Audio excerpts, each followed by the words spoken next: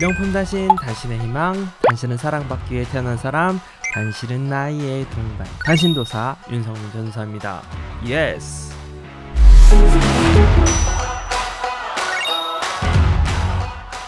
오늘은 10월 2일 금요일, 한 주의 마지막이자 또 연휴의 마지막입니다. 한 주간 동안 광야하느라 너무나 수고 많았습니다.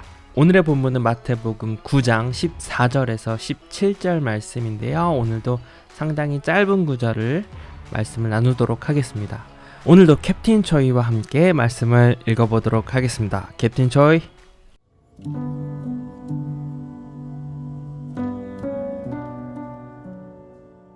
그때 요한의 제자들이 예수께 나와 이르되, 우리와 바리새인들은 금식하는데 어찌하여 당신의 제자들은 금식하지 아니하나이까?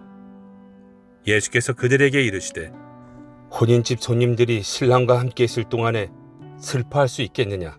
그러나 신랑을 빼앗긴 날이 이르리니 그때에는 금식할 것이니라. 생배 조각을 낡은 옷에 붙이는 자가 없나니 이는 기운 것이 그 옷을 당겨 헤어짐이 더하게 되며, 새 포도주를 낡은 가죽 부대에 넣지 아니하나니 그렇게 하면 부대가 터져 포도주도 쏟아지고 부대도 버리게 됨이라. 새 포도주는 새 부대에 넣어야 둘이 다 보존되느니라. 아멘. 오늘 본문은 세례 요한의 제자들이 예수님께 나와서 금식에 대한 논쟁을 펼치시는 장면이에요. 9장을 보면 예수님의 사역의 본질을 계속적으로 오해하는 사람들이 등장하거든요. 첫 번째는 3절에 등장하는 서기관이요. 그는 예수님께서 중풍병자를 향해 내 죄사함을 받았다라고 말씀하자 그가 속으로 신성모독이라고 생각했었죠. 그래서 예수님이 그에게 자신이 죄를 사하기 위해 이 땅에 오셨다는 것을 선포하셨습니다. 두 번째는 11절에 등장하는 바리새인들이죠. 세리와 죄인들과 함께 예수님께서 식사를 하고 교제를 나누고 있을 때에 왜 그들과 식사를 하느냐고 묻고 따집니다. 그러자 예수님께서 자신이 의인을 부르러 온 것이 아니라 죄인을 부르러 왔다라고 말씀하시죠. 두 번째는 11절에 등장하는 바리새인들이죠. 왜 죄인들과 세리와 식사를 하고 교제를 나누느냐라고 따지자 예수님께서 자신은 의인을 부르러 온 것이 아니라 죄인을 부르러 왔다라고 말씀하십니다. 세 번째는 세례 요한의 제자들입니다. 세례 요한의 제자들이 주님께 찾아와서 왜 주님의 제자들은 금식하지 않느냐고 따져요. 이들도 마찬가지로 어떤 종교적인 제도에 그의 생각들이 묶여서 예수님의 제자들을 비난하고 있습니다. 당시 세례 요한은 옥에 갇혀 있었고 그의 제자들 중에 수많은 사람들이 예수님을 따르고 있었습니다. 그들은 예수님과 제자들이 자유롭게 먹고 마시는 생활을 하는 것을 이해할 수가 없었어요. 왜냐하면 당시에 일주일에 2번씩 금식하는 것이 규례로 정해져 있었거든요. 당시에는 금식의 횟수가 신앙의 수준과 경건의 척도로 인식되고 있었던 시기였습니다. 물론 금식 자체는 잘못된 것이 아닙니다. 왜냐하면 구약 레위기에서 보면 하나님께서 이스라엘 백성들에게 금식을 요구할 때가 있었습니다. 또한 구약 성경 요엘서에서 보면 온 백성들에게 회개를 요구하시면서 금식하라고 명령하셨을 때가 있었거든요.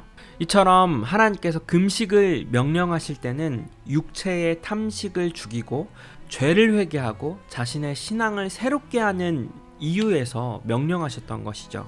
그리고 신약성경 사도행전에서 등장하는 초대교회 성도들은 교회의 어떤 큰 일을 앞두고 하나님의 도우심을 받고자 금식하고 기도했었습니다.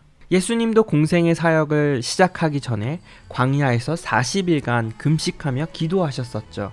문제는 금식 자체에 문제가 있는 것이 아니라 세례 요한의 제자들처럼 금식을 자신들의 어떤 경건과 신앙의 척도로 생각하여 금식의 선한 방향성과 참 뜻은 잊어버리고 의식에 갇혀버려 행위적으로만 금식하는 것이 문제였던 것이죠. 이러한 세례 요한의 제자들에게 예수님은 새 포도주는 새 부대에 넣어야 한다는 비유를 말씀하시죠. 이스라엘 백성들에게 포도주는 우리가 생각하고 있는 그런 술의 개념이 아니라 물로 이해했습니다. 이스라엘의 물들은 석회질이 굉장히 많아서 물 대신 약한 포도주를 식사 때에 음료로 마셨고요. 이스라엘의 물은 석회질이 많아서 물 대신 포도주를 식사 때에 물 대신해서 식용을 했고요.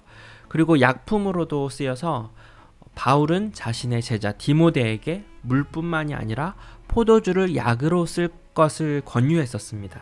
그렇게 포도주는 이스라엘 백성들의 삶에 매우 중요한 것이기에 포도주 관리가 상당히 중요했습니다. 너무 오래된 포도주는 맛도 그리고 약으로도 쓸 수 없기 때문이죠. 오래된 포도주는 잔물이 섞이고 향도 날아가고 포도주의 성분도 상실해버리죠. 그 당시에는 포도주를 보관할 수 있는 병이 없었기 때문에 가죽 부대에 포도주를 보관했습니다. 그래서 새 포도주를 관리하는 방식이 매우 중요했죠. 새 포도주는 효능이 살아있는 포도주입니다. 새 포도주는 신선하고 약으로서의 효능이 있고 물로서의 가치도 있죠. 그러나 오래 묵은 포도주는 효능도 없고 변질되어 결국 가치를 잃어버리게 됩니다. 만약 새 포도주를 헌 가죽 부대에 넣으면 새 포도주의 가치를 잃어버리는 것처럼 그저 묵은 신앙 전통과 늙은 종교 의식과 규례만 머물 것이 아니라 그리스도로 인한 새로운 하나님의 은혜로 자신을 새롭게 하라는 하나님의 말씀인 것이죠.